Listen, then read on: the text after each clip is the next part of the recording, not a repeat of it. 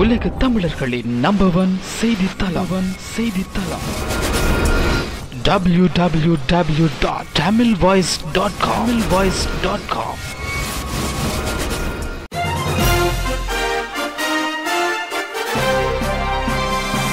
எட்டு திக்கு செய்திகளையும் ஒரே பார்வையில் தரும் தமிழ் பொய் செய்திகள்.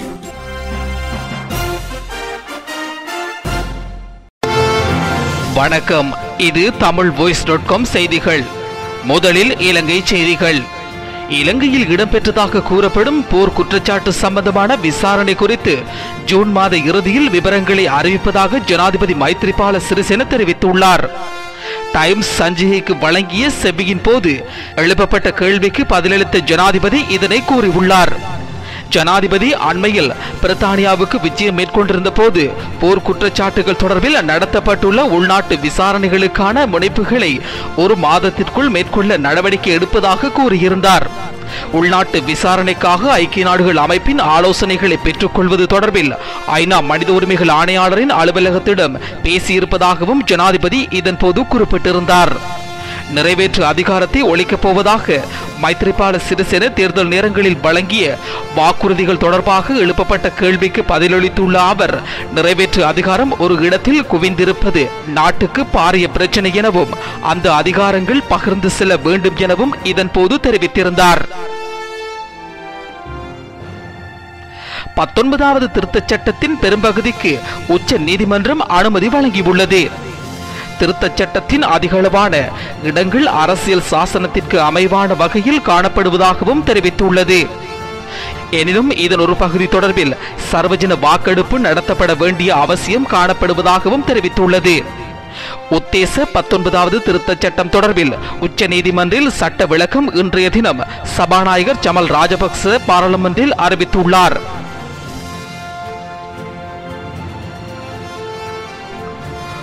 ஊர்காவல்துறை தாம்பாட்டியில் ரூபாய் 2,30,00,000 செலவில் நண்டு பதனிடும் தொழிற்சாலைக்கு நேற்று திறந்து வைக்கப்பட்டுள்ளது. ஐக்கிய நாடுகள் அபிவிருத்தி திட்டத்தின் அனுசரணையுடன் நோர்வே நாட்டின் நிதி பங்காளியுடன் உருவாக்கப்பட்டுள்ள இத்தொழிற்சாலை தம்பாட்டி கிராம கடற்தொழிலாளர் கூட்டுறவு சங்கத்திடம் கையளிக்கப்பட்டுள்ளது. சுவையும் போசாக்கம் மிக்கதுமான நண்டுக்கள் சர்வதேச அளவில் பெரும் சந்தை வாய்ப்பு உள்ளது. ஆனால் உரிய பதனிடும் வசதி இல்லாததால் குடாநாட்டில் பிடிக்கப்படும் நண்டுகள் உள்ளூர் மக்களிடையே நுகரப்பட்டு வருகின்றது.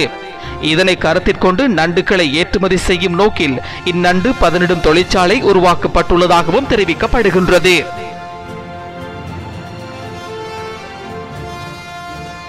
கடந்த அரசாங்கத்தை போன்று இந்த அரசாங்கமும் மாணவர்களை அடக்கி வருவதாக அனைத்து பல்கலைக்கழக மாணவர் ஒன்றியத்தின் அழைப்பாளர் நாஜித் இந்திக தெரிவித்துள்ளார். தற்போதைய அரசாங்கமும் அடக்குமுறைகளை ஆரம்பித்துள்ளது. மாணவர் தலைவர்களின் வீடுகளுக்கு பாதுகாப்பு தரப்பினர் சென்று விசாரணைகளை நடத்தியுள்ளனர். இவ்வாறு கடந்த அரசாங்கத்தை போன்றே இந்த அரசாங்கமும் மாணவர் ஒடுக்குமுறைகளை பின்பற்றி வருகின்றது என்றும் அவர் குறிப்பிட்டுள்ளார். அவர் இதனை இன்று கொழும்பில் நடைபெற்ற ஊடகவியலாளர் சந்திப்பின் போதே தெரிவித்துள்ளார். ஸ்ரீலங்கா சுதந்திர கட்சியின் ஊடாக வேட்புமனு தாக்கல் செய்ய சந்தர்ப்பம் வழங்கப்படாவிட்டால் மாற்று வழிகளில் போட்டியிட நேரிடும் என முன்னாள் அமைச்சர் மஹிந்தானந்த அலுத்கமகே தெரிவித்துள்ளார். ஊழல் மோசடி குற்றச்சாட்டுகளுடன் தொடர்புடையவர்களுக்கு வேட்புமனுக்கள் வழங்கப்படாவிட்டால் வேறு வழியில் தேர்தலில் போட்டியிட நேரிடும் எனவும் அவர் தெரிவித்துள்ளார். இந்த விடயமானது எதிர்கால அரசியலில் திருப்பு முனையாக அமையக்கூடும் என அவர் தெரிவித்திருந்தார். 1978 ஆண்டு கொண்டுவரப்பட்ட நிறைவேற்று அதிகாரம் கொண்ட ஜனாதிபதி ஆட்சி முறையை ஒழிக்கப் போவதாக 1994 ஆண்டு மற்றும் 2000 ஆண்டு அத்துடன் 2005 ஆண்டு மற்றும் 2010 ஆண்டுகளில் வாக்குறுதிகள் வழங்கப்பட்ட போதிலும் எவரும் அதனை நிறைவேற்றவில்லை என சபாநாயகர் சமல் ராஜபக்ச தெரிவித்துள்ளார். ஸ்ரீலங்கா சுதந்திர கட்சியின் இளைஞர் முன்னணி நேற்று ஏற்பாடு செய்திருந்த வைபவம் ஒன்றில் கலந்து கொண்டு உரையாற்றும் போதே அவர் இதனை தெரிவித்துள்ளார். 1978 ஆண்டு இந்த நிறைவேற்று அதிகாரம் கொண்ட ஜனாதிபதி ஆட்சி முறை கொண்டு வரப்பட்ட போது அதற்கு எதிராக நாங்கள் ஆர்ப்பாட்டங்களை நடத்தினோம். இந்த ஆட்சி முறையை மாற்ற வேண்டும் என கூட்டம் ஒன்றின் போது நான் கூறினேன்.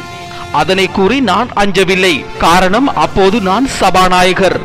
சபாநாயகரை மாற்ற வேண்டுமாயின் சகல பாராளுமன்ற உறுப்பினர்களும் இதற்கு இணங்க வேண்டும். அதனை ஒருவரால் செய்ய முடியாது எனவும் சபாநாயகர் சமல் ராஜபக்ச மேலும் கூறியிருந்தார். மக்கள் தொடர்பாளர் அலுவலகம் ஒன்றினை மக்கள் விடுதலை முன்னணி யாழ்ப்பாணத்தில் இன்று திறந்து வைத்துள்ளது. இவ்வலுவலகம் கொழும்புத்துறை பாண்டியன் தாழ்வில் திறந்து வைக்கப்பட்டுள்ளது. மக்கள் விடுதலை முன்னணியின் யாழ் மாவட்ட அமைப்பாளரும் மத்திய குழு உறுப்பினருமான ராமலிங்கம் சந்திரசேகரன் தலைமையில் இந்த நிகழ்வு நடைபெற்றது.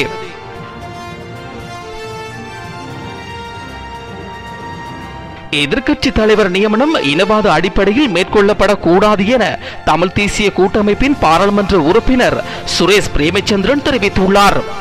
தெற்கு கடும்போக்குவாதிகள் எதிர்க்கட்சி தலைவர் நியமனத்தில் அரசியல் லாபம் திரட்டிக்கொள்ள சபாநாயகர் அனுமதிக்க கூடாது என அவர் வலியுறுத்தியுள்ளார்.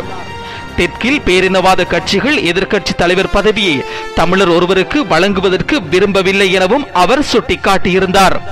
தர்க்க ரீதியான அடிப்படையில் நோக்கினால் இலங்கை பாராளுமன்றில் எதிர்க்கட்சி தலைவர் பதவியை வகிக்க மிகவும் பொருத்தமுடையவர் தமிழ் தேசிய கூட்டமைப்பின் பாராளுமன்ற குழு தலைவர் இரா சம்பந்தன் என அவர் சுட்டிக்காட்டியிருந்தார்.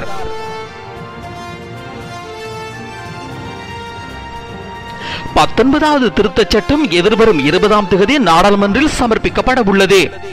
எதிர்வரும் 20ஆம் தேதி 19வது திருத்தச் சட்டமாக்க நோக்கில் பாராளுமன்றில் சமர்ப்பிக்கப்படும் என ஜனாதிபதி மைத்ரிபால சிறிசேன தெரிவித்துள்ளார்.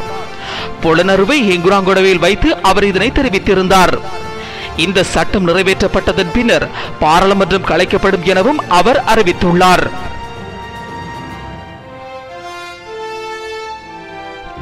வலிவடக்கில் இராணுவத்தின் உயர் பாதுகாப்பு வலயத்திற்குள் உள்ள 570 ஏக்கர் பொதுமக்களுடைய காணிகள் மீள்குடியேற்றுவதற்காக எதிர்வரும் வாரத்தில் விடுவிக்கப்பட உள்ளதாக மீள்குடியேற்ற அமைச்சின் செயலாளர் ரஞ்சனி நடராஜ பிள்ளை தெரிவித்துள்ளார்.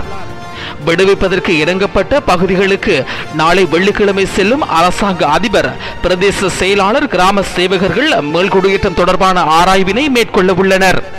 இதன் பின்னர் அடுத்த வாரமளவில் மக்கள் தமது காணிகளை இனங்காண அழைத்து செல்லப்படுவார்கள் என்றும் அவர் மேலும் தெரிவித்துள்ளார்.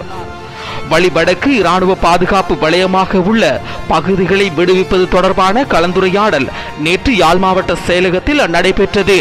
மீள்குடியேற்ற நடவடிக்கை குழுவின் தலைவர் ஹரிம் பீரிஸ் தலைமையில் நடைபெற்ற இந்த கலந்துரையாடலில் யாழ் அரசாங்க அதிபர், மீள்குடியேற்ற அமைச்சின் செயலாளர் ரஞ்சினி நடராஜ பிள்ளை, தெள்ளிப்பளை, கோப்பாய், உடுவில் பிரதேச செயலாளர், இராணுவ தளபதிகள், விமானப்படை, கடற்படை தளபதிகள் என பலர் கலந்து கொண்டனர்.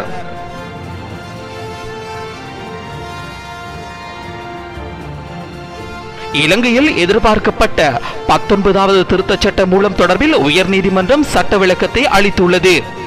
உயர்நீதிமன்றத்தின் சட்ட விளக்கத்தை சபாநாயகர் சமல் ராஜபக்ச இன்று நாடாளுமன்றில் சமர்ப்பித்துள்ளார். இதன்படி 19வது திருத்தச் சட்டத்தின் சில பந்திகள் 3/2 பெரும்பான்மையுடன் நிறைவேற்றப்பட வேண்டும் என்று உயர்நீதிமன்றம் தீர்ப்பு அளித்துள்ளது.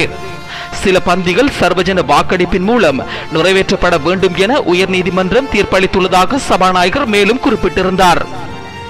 இந்த பந்திகள் என்று சபாநாயகர் கூறாவிட்டாலும் அமைச்சரவையின் பிரதானி என்ற நிலை உட்பட பிரதமருக்கு சட்டமூலத்தில் உள்ள சில அதிகாரங்களே சர்வஜன வாக்கெடுப்புக்கு உட்படுத்தப்பட வேண்டும் என்று உயர்நீதிமன்றம் அறிவித்துள்ளதாக தகவல்கள் வெளியாகியுள்ளன.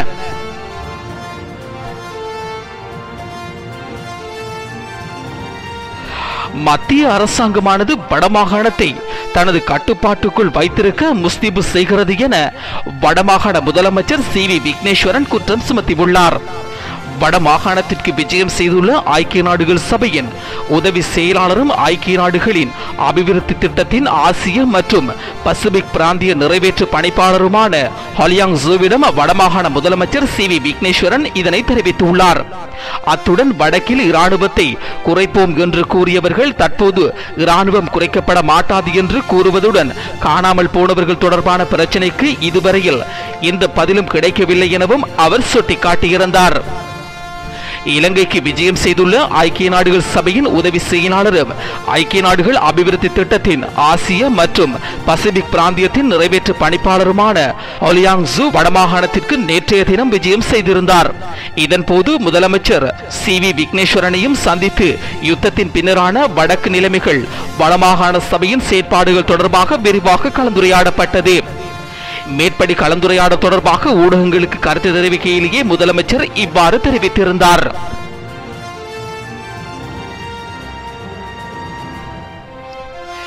பல கோடி ரூபாய் பெறுமதியான நூற்றுக்கணக்கான ஏக்கர் பரப்பளவு உடைய அரச காணியினை மோசடியான முறையில் தற்போதைய மாந்தை தெற்கு பிரதேச செயலாளர் கையகப்படுத்தியுள்ளதை பொதுமக்கள் அம்பலப்படுத்தியுள்ளனர். மாந்தை பிரதேச செயலாளர் பிரிவுக்கு உட்பட்ட பலியாறு, வெள்ளாங்குளம், இழுப்பை கடவை ஆகிய கிராம சேவையாளர் பிரிவுகளில் வசிக்கும் பொதுமக்கள் மாந்தை மேற்கு பிரதேச செயலாளரினால் மேற்கொள்ளப்பட்ட அரச காணி துஷ்பிரயோகம் மற்றும் மணலகழ்வு, காட்டு மரங்கள் வெட்டுதல் ஆகியவற்றுக்கு சட்டவிரோதமான முறையில் அனுமதி வழங்கியுள்ளமை தொடர்பில் பாதிக்கப்பட்ட மக்கள் இலங்கை மனித உரிமைகள் ஆணைக்குழு, உள்நாட்டு அலுவல்கள் அமைச்சு மற்றும் மன்னார் மாவட்ட அரசாங்க அதிபர் MYS தேசப்பிரிய ஆகியோருக்கு பல முறைப்பாடுகளை அண்மையில் அனுப்பியிருந்தனர். இந்த நிலையில் கடந்த 24ஆம் தேதி செவ்வாய்க்கிழமை உள்நாட்டு அலுவல்கள் அமைச்சினை சேர்ந்த 2 உயர் அதிகாரிகள் அடம்பம் நகரில் உள்ள மாந்தை மேற்கு பிரதேசத்திற்கு சென்று குறித்த முறைப்பாடுகள் தொடர்பில் மாந்தை பிரதேச செயலாளர் மாணிக்க வாசகர் கிறிஸ்கந்தகுமாரிடம் விசாரணைகளை நடத்தியதுடன் அவரிடம் இவ்விடயங்கள் தொடர்பில் வாக்குமூலத்தையும் பதிவு செய்துள்ளனர்.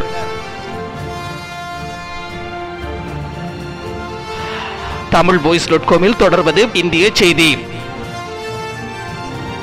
ஆந்திராவில் சுட்டுக் கொல்லப்பட்ட 20 தமிழர்களின் உடல்கள் தமிழகத்திற்கு அனுப்பி வைக்கப்பட்டுள்ளன.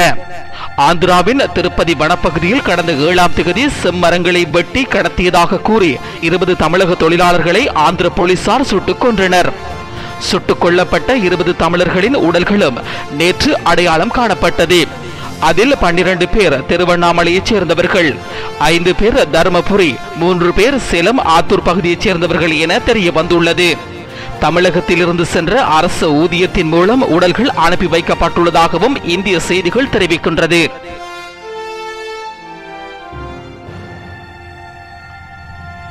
தமிழ் voice.com-இல் தொடர்வது வெளிநாட்டு செய்தி.